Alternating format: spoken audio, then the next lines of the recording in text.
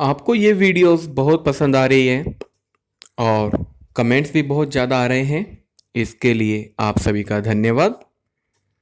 अभी तक हम बात कर रहे थे शरीर में देवी देवता आना, जिसके ऊपर मैं पहले से ही 2 वीडियोस बना चुका हूँ और आज ये तीसरी वीडियो है।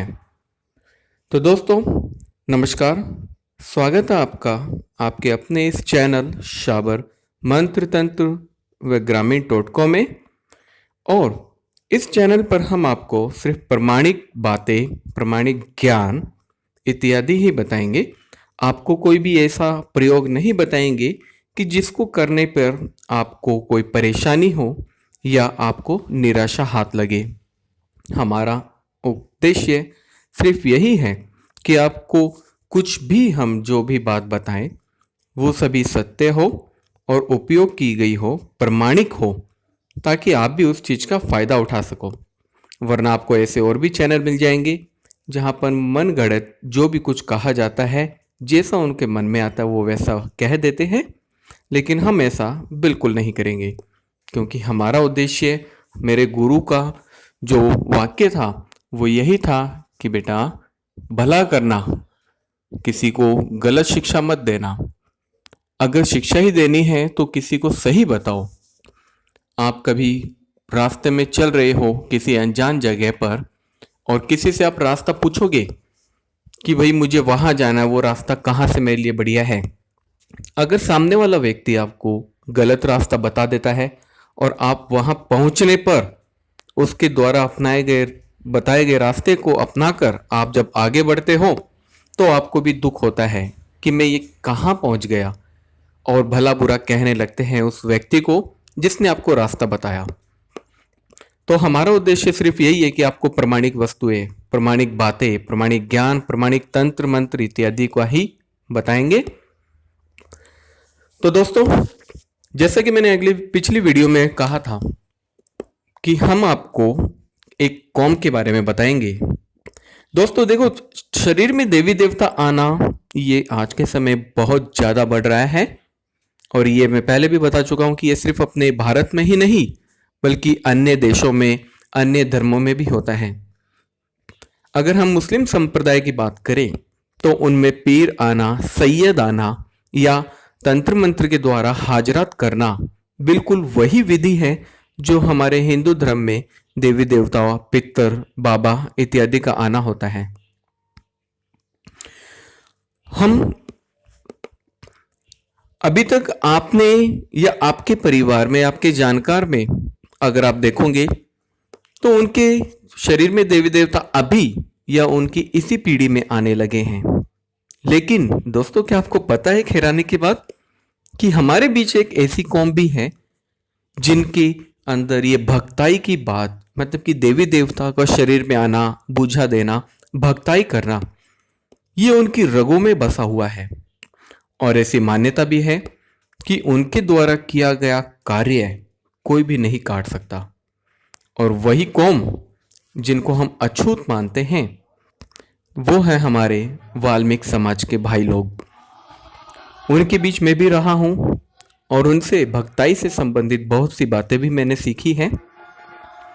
दोस्तों, वाल्मीकि समाज में भक्ताई या उनमें देवी देवता आना, उनके रैपा एक देव होता है जो कि उनके दादा परदादा के समय में भगत हुआ करता था, और 4-5 पीढ़ी या अन्य जितनी भी पीढ़ी बीत जाए वो पवित्र आत्मा उनके परिवार, उनके कुल, उनके वंश में हमेशा ही चलती रहती है और वही उनको उनके देव का अगवानी होता है।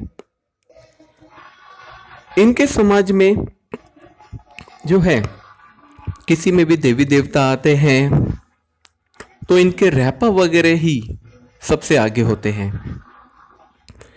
और ऐसा कहने में कोई हर्ज नहीं होगा कि ये लोग जो हैं, ये जो चाहे वो करवा सकते हैं। इन लोगों को तंत्र मंत्र की आवश्यकता नहीं होती।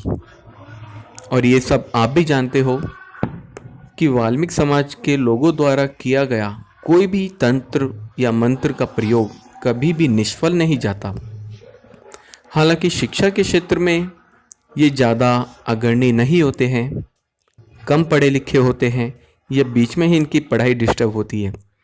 लेकिन भक्ताई की बात आती है तो ये बड़े बड़े सिद्ध साधकों को भी दूर करते हैं। इनके कुछ अपने लोक देवता होते हैं, जैसे पांच बावरी, जाहर पीर गोगा जी, मरघट की कालका, कलवा पौन, बुलाकी मसान और भी कई। इनमें से ज़्यादातर ये लोग पूर्व की जादू यानी कि पूर्व के देश, जहाँ शाबर मंत्र जानने वाले समझ सकते हैं कि पूर्व भारत का जो है वो आसाम बंगाल साइड का एरिया होता है, तो वहाँ की जादू को ये बहुत ज़्यादा मानते हैं। और ऐसी इनमें एक मान्यता भी है कि भक्ताई इनके समय में सबसे पहले शुरू हुई थी। शरीर में देवी देवताओं का आना, ये सब चीज़ें जो थी, वाल्मीकि समाज के भाई लोग मानते हैं कि ये सब इनके एक देव थे, जिसको कि ये देव गुमानी के नाम से जानते हैं। और ऐसा कहा जाता है कि देव गुमानी ही वो पहले शख्स थे, वो सिद्ध थे, जिन्होंने वाल्मीकि समाज को भक्ताई दी थी।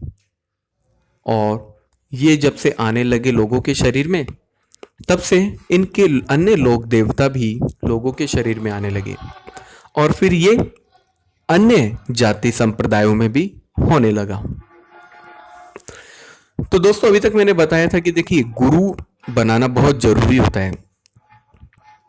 अगर आप में देवी देवता आ रहे हैं तो ये जरूरी नहीं है कि वो आप में आने वाले शख्स जो है वो कोई देवी देवता ही हो, या आपके पितृ हो, या आपके इष्ट हो। देखिए, कई बार ऐसा होता है कि हमारी कोई भी शक्ति होती है, जो सात्विक शक्ति है, ये तामसिक शक्ति।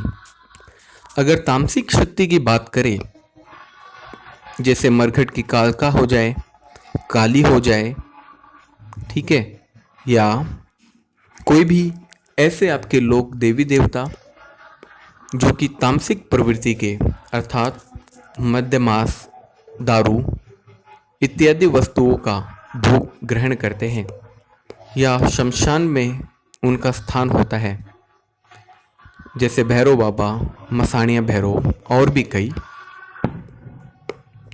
तो ये जो तामसिक देव होते हैं, इनके साथ कुछ तामसिक गण भी होते हैं।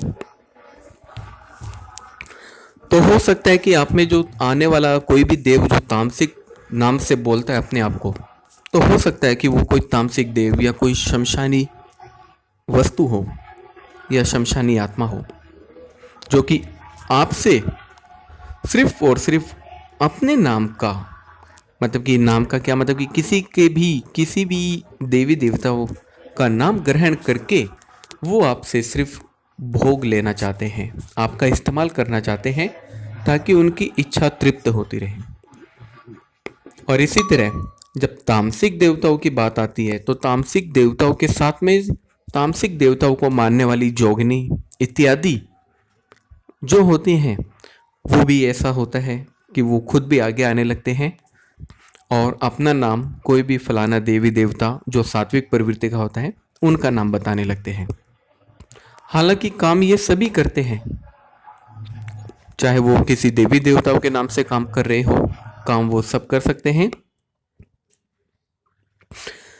लेकिन अगर आप गुरु बनाते हो तो दोस्तों, उसमें आपको ये फायदा रहेगा कि आप में जो भी शक्ति आ रही है वो स्थायी हो सकती है। भाई, कई बार आपने सुना होगा कि किसी में कोई देवी देवता आ रहे हैं और उसके सामने ही कोई तांत्रिक या कोई भगत अन्य आगे खड़ा हो गया, और ऐसा अक्सर होता है। बराबरी वालों में द्वेष भावना अक्सर चलती है, और उसी द्वेष के चलते अगर किसी भगत ने किसी देवी देवता आने वाले भगत पर कोई प्रयोग कर दिया, तो उसके देवी देवता सब गायब तो कहाँ हो गए। होता है ऐसा कि कई बार उनको शब्दों में बांध लिया जाता है, मंत्रों से वचन में बांध दिया जाता है, या उनकी जबान बांध दी जाती है। जैसे राजस्थान क्षेत्र में अक्सर होता है कि इनमें पितर जो आते हैं, तो शुरुआत में जब पितर आते हैं वो रोते हैं, बहुत रोते हैं। जब उनसे बहुत ज़्यादा मिन्नत विनती करते हैं तो वो गले की तरफ इशारा करते हैं, जो कि एक संकेत होता है कि उनकी गला किसी ने बांध रखा है, अर्थात उनकी आवाज़ किसी ने बांध रखी है कि वो चाहे किसी में भी आ जाए अपनी जबान ना खोले। तो ऐसे में राजस्थान के लोग जो है अपने कुल देव, जो कि अक्सर भौमिया जी महाराज जो है वो बहुत पूजनीय हैं, खासकर पितृ लोगों की समस्याओं को दूर करने में। तो लोग उनके पास जाते हैं और वही उनका समाधान करते हैं। इसी तरह किसी बहन बेटी माँ में कोई देवी आती है और उनके परिवार के सदस्य या अन्य जलने वाले लोग भी उन पर कुछ कर्म करवा देते हैं कि उनके देवी देवता दूर हो जाते हैं।